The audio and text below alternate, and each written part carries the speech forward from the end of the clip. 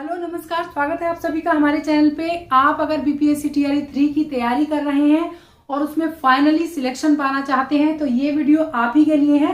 इस वीडियो को धैर्य के साथ एंड तक देखिएगा। आपको एंड होते होते इस वीडियो का पता चल जाए कि आप लोगों को कैसे अपनी तैयारी करनी है कि आप फाइनली एक बार में ही सिलेक्शन पा जाएं बीपीएससी टीआरई 3 में।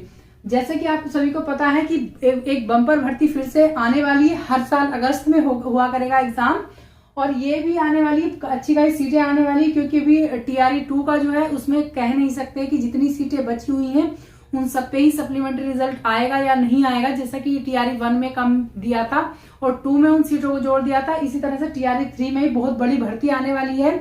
तो जो लोग तैयारी अभी से तैयारी में जुट जाएंगे उन लोगों का सिलेक्शन पक्का है। और अगर जो ये देखें कि भैया अब अभी फॉर्म निकला है तो अब हम देख लेंगे फॉर्म निकलने के बाद, तो टीचर बनने का सपना भी उनको देखकर निकल जाएगा। जैसे वो देख लेंगे ऐसे ही सपना देख लेगा।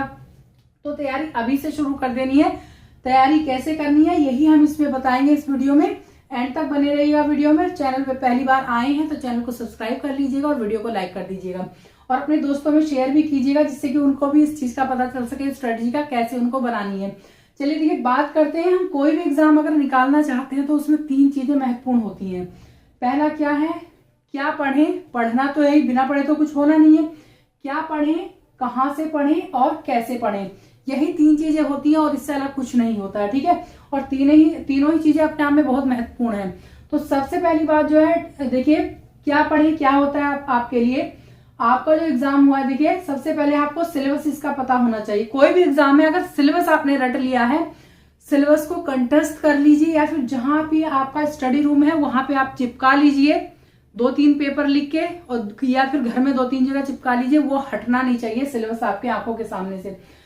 दूसरी बात, आपको क्या पता होना चाहिए, एग्जाम पैटर्न पता होना चाहिए। मतलब कैसे प्रश्न आते हैं, क्या पता होना चाहिए, किस प्रकृति के प्रश्न आते हैं, कैसे आते हैं, कहां से आते हैं। ठीक है, तो आप लोगों को वो कहां से पता चलेगा, पीवाईक्यूज से पता चलेगा। अब पीवाईक्यूज में कुछ बच्चे कह सकते हैं भी हमें पता नहीं है, 2 ही एग्जाम हुए हैं, इनमें अलग पैटर्न हो गया है। तो पैटर्न अलग नहीं है। पहली बात तो आप ये देखेंगे जो टीआरई 1 और टीआरई 2 का एग्जाम हुआ है उनके एग्जाम पेपर आप उठा करके देखेंगे और उनमें से आपको पता चलेगा कि कहां से प्रश्न पूछे जा रहे हैं, कैसे प्रश्न पूछे जा रहे हैं। ठीक है, कितने प्रश्न किस भाग से, मतलब किस पार्ट से कितने प्रश्न पूछे गए। ठीक है, मतलब किस किस एरिया को कितना कवर किया गया है, ये आप देखेंगे जरूर। तो आपको आइडिया हो जाएगा कि किस तरह से प्रश्न आ रहे हैं, किस प्रकृति के प्रश्न आ रहे हैं, और प्रश्नों की प्रकृति एवं स्तर क्या एवं कैसा था, सब आपको किससे पता चलेगा, जो पीवाईक्यूज हैं, पहले जो एग्जाम हुए हैं। आप इन दोनों को ही उठा करके देखेंगे, फिर बाद में मैं आगे बताऊंगी कि और क्या आपको देखना है। ठीक है, तो आपको एग्जाम सिलेबस पता होना चाहिए, अपना एग्जाम पैटर्न पता होना चाहिए। जो ये टीआरई 1 और 2 हुए हैं उनमें थोड़ा आप कंफ्यूजन कह सकते हैं। यहाँ पे जो है बात चल रही है किस चीज की, सबसे पहले मैं जीएस की ही बात करूंगी। जीएस की बात क्यों करूंगी कि जीएस जो है 1 से लेकर के और कक्षा 12 तक सभी के लिए कंपलसरी है और सभी में जीएस आना है। ठीक है, और जीएस एक ऐसा सब्जेक्ट रहा है इसमें, मतलब जनरल स्टडीज वाला, कि जिसने बच्चों के सिलेक्शन में सबसे अहम रोल प्ले किया है। क्योंकि देखिए अपना जो सब्जेक्ट होता है वो हर किसी का, मतलब लगभग सबका ही अच्छा होता है। ये नहीं कि हर किसी का, लेकिन ऑलमोस्ट बच्चों का अच्छा होता है। लेकिन जो सिलेक्शन में रोल निभाया है वो जीएस ने निभाया है। ठीक है, क्यों निभाया है, क्योंकि इसका जो सिलेबस है बहुत वास्ट होता है, बहुत बड़ा एरिया होता है, पता नहीं कहाँ से प्रश्न आ जाए, कैसे आ जाए। तो जिसका जीएस अच्छा हुआ उसमें 30 से 35, देखिए 30 से 35 नंबर अगर उसमें आ गए 35 तक, तो बहुत अच्छे से आप सिलेक्शन पा सकते हैं, क्योंकि अपने सब्जेक्ट में तो अच्छे आने ही आने हैं। और ये चीज भी आपको पता ही होगी कि 3 पोर्शन में आपका पेपर होगा, एक ही पेपर होगा। पहला भाषा का 30 नंबर, भाषा को आपको अभी छूना नहीं है बिल्कुल भी, ये आपकी स्ट्रेटजी रहनी चाहिए।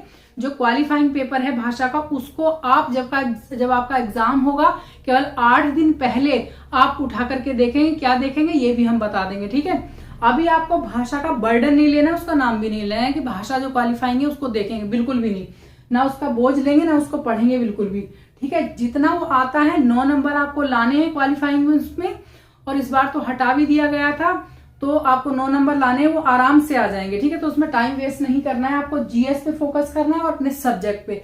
सबसे ज्यादा जीएस पे फोकस इसलिए करना है क्योंकि जीएस ने अहम रोल प्ले किया है बच्चों को सिलेक्शन दिलवाने में। अब यहाँ पे बात होगी कि क्या पढ़ना है, ठीक है। सिलेबस के ही अकॉर्डिंग सब कुछ पढ़ना है। अब यहाँ पे बात आती है कि कहाँ से पढ़ें, ठीक है। सिलेबस हमें पता चल चुका है, एग्जाम पैटर्न पता चल चुका है कि क्या क्या आना है। अब आती है कहाँ से पढ़ें। पहले आती है, देखिए किताबें लाऊंगी मैं। किताबों में एनसीईआरटी आपका बेस क्लियर करेंगी, बेसिक चीजें आपको समझ में आएंगी। एनसीईआरटी की सबसे बड़ी चीज यही है कि वो जो होता है एकदम कन्वर्सेशन, यानी कि बातचीत के माध्यम से आपको समझाई जाती है तो बहुत अच्छे से दिमाग में बैठ जाती है, तो आपका बेसिक क्लियर हो जाएगा। फिर एससीईआरटी, क्योंकि राज्य लेवल की आपका ये एग्जाम है तो राज्य में आपके क्या पढ़ाया जाता है तो वो उनका भी आपको पता होना चाहिए। फिर उसके बाद आता है मानक किताबों पे बाद में आए। पहले एनसीईआरटी क्योंकि आपको अपना बेस क्लियर करना है, फिर एससीईआरटी और फिर मानक किताबें अगर आप खरीद रहे हैं तो। वैसे इनको पढ़ने के बाद और अपने नोट्स बनाने के बाद जरूरत नहीं पड़ती है मानक किताबों की इस एग्जाम में। मानक किताबों में आप क्या ले सकते हैं, जैसे ल्यूसेंट पे ही सबसे ज्यादा भरोसा किया जाता है क्योंकि सबसे ऑथेंटिक बुक है। ल्यूसेंट की जीएस के लिए आप बुक ले लीजिए, ठीक है, वो काफी है, कोई इतना बड़ा एग्जाम नहीं है आप ढेर सारी बुक्स लें। अच्छा ये होगा कि कम बुक्स रखें और उसको कई बार पढ़ें, ठीक है। एनसीईआरटी की जो बुक्स हैं वो आपको अभी कैसे पढ़ने में बात होगी, लेकिन यहाँ पे भी मैं आपको बता दूं कैसे पढ़नी है।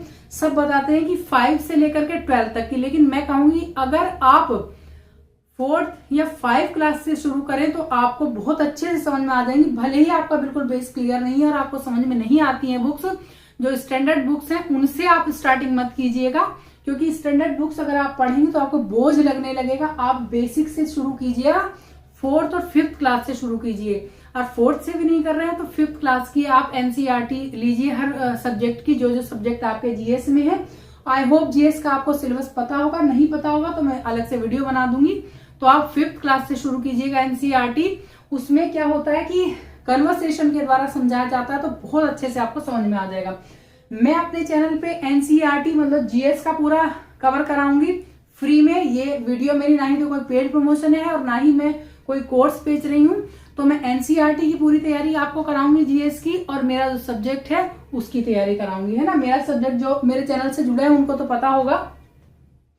अब देखिए, अब हो गई बात हमारी बुक्स की। मानक किताबें या फिर स्टैंडर्ड बुक्स तभी खरीदें जब आप लोगों को ऐसा लग रहा हो कि हाँ खरीदनी है, नहीं तो अपने नोट्स बनाए तो बहुत अच्छा है।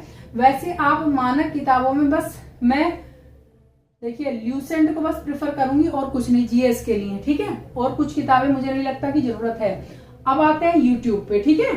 ये सोर्सेस आ रहे हैं हमारे, किस सोर्सेस से हमें पढ़ना है या कहाँ से पढ़ना है। यूट्यूब चैनल्स देखिए, ठीक है। अगर आप कोचिंग नहीं अफोर्ड कर पाते हैं, वैसे जरूरी भी नहीं है, एक होता है कोचिंग किस तरह से आप सिलेक्ट करेंगे, एक तो होता है लोगों द्वारा बताए हुए और दूसरा होता है कि जिनका आपको समझ में आता है। बहुत बड़े बड़े ऐसे यूट्यूब चैनल्स हैं जिनके कि कई मिलियंस में सब्सक्राइबर्स हैं, लेकिन उनका जरूरी नहीं कि आपको समझ में आ जाए।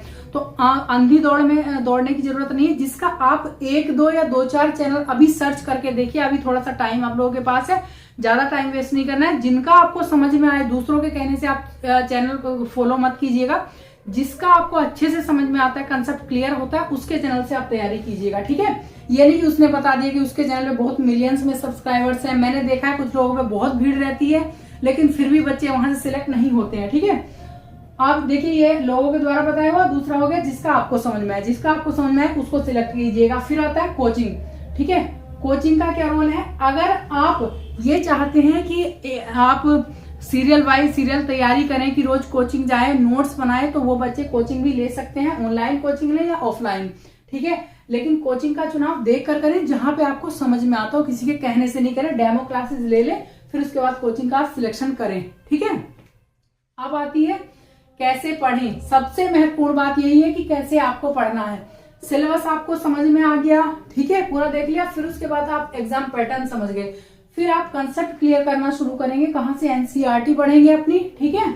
फिर उसके बाद अपने नोट्स बनाने शुरू करेंगे और डेली अपने आप को टास्क देंगे। टास्क का मतलब क्या होता है, डेली आपके पास 7 महीने आप पूरे देखिए, 7 महीने पूरे हैं। मैं जनवरी के 20 दिन जोड़ रही हूँ और फिर उसके बाद आपके अगस्त के जोड़ रही हूँ 20 दिन, मतलब सॉरी 10 दिन इसके और 20 दिन उसके, तो मैं पूरे आपके 7-8 महीने जोड़ रही हूँ। तो उसमें आप अच्छे से अपना कंसेप्ट क्लियर कर सकते हो। डेली टास्क देने का मतलब है 30 से लेकर के 50 प्रश्न आप डेली करके किए बिना सोएंगे नहीं। अगर आप ऐसा करेंगे तो आपका सिलेक्शन पक्का है। कहाँ से करेंगे क्वेश्चंस, मैं ये आपको बताऊंगी। जो ये TRE 1 और TRE 2 है, इनको तो आप सोल्व करेंगे ही कई बार। फिर उसके बाद आप देखिए पर डे आपको 50 या फिर 30 क्वेश्चन सोल्व करने हैं। NCERT बुक्स सारी पढ़ लेनी है, नोट्स बनाने हैंड रिटन। आप मोबाइल से अगर पढ़ते हैं तो खाली मोबाइल लेकर के मत बैठिएगा, कॉपी पेन लेकर के बैठिएगा, क्योंकि जब हमारे दिमाग और हाथों का कोऑर्डिनेशन बनता है तो हमें बहुत अच्छे से समझ में आता है। ठीक है, ये आपको समझना चाहिए। खाली आप अगर मोबाइल से पढ़ते हैं तो आपको समझ में नहीं आएगा, आपके दिमाग में ही नहीं बैठेगा। तो कॉपी पेन लेकर के पढ़िएगा। डेली टास्क दीजिए अपने आपको, 30 से 50 क्वेश्चन रोज लगाएंगे। और क्या करेंगे, क्वेश्चंस कहाँ से लगाएंगे, किस तरह के क्वेश्चंस आए हैं आपने देखा है। BPSC, UPPSC और MPPSC, मतलब जो उत्तर प्रदेश PCS और मध्य प्रदेश PCS और बिहार PCS का जो एग्जाम होता है, उसका प्री का जो GS का पेपर है ना, उसके आप प्रश्न सोल्व कीजिएगा। बिल्कुल यहीं से प्रश्न आए हैं, NCERT से हूबहू प्रश्न दिए हैं। और सारे UPPCS, MPPCS और बिहार PCS के प्रश्न GS में आए हैं, सारे सब सब्जेक्ट से। तो उनको आप फॉलो कीजिएगा, अदरवाइज कहीं से नहीं, बिल्कुल भी नहीं। और कुछ नहीं, प्रीवियस ईयर में आप क्या लगाएंगे, केवल ये तीनों स्टेट के जो PCS का प्री का GS का पेपर है उसको आप लगाएंगे और कुछ नहीं। तो उसके आप PYQs में आप इसको इंक्लूड कर लीजिए। ठीक है, आप अगर इतना काम करते हैं तो कोई भी आपका सिलेक्शन होने से रोक नहीं सकता। और कंटिन्यूटी अपनी रोकनी नहीं, मतलब तोड़नी नहीं है, आपको निरंतरता बनाए रखनी है। निरंतरता का मतलब देखिए, आप समझिए, अगर आप 2 दिन या 3 दिन नहीं पढ़ते हैं तो चौथे दिन आपका पढ़ने का मन नहीं करेगा, आपका सीरियल टूट जाएगा।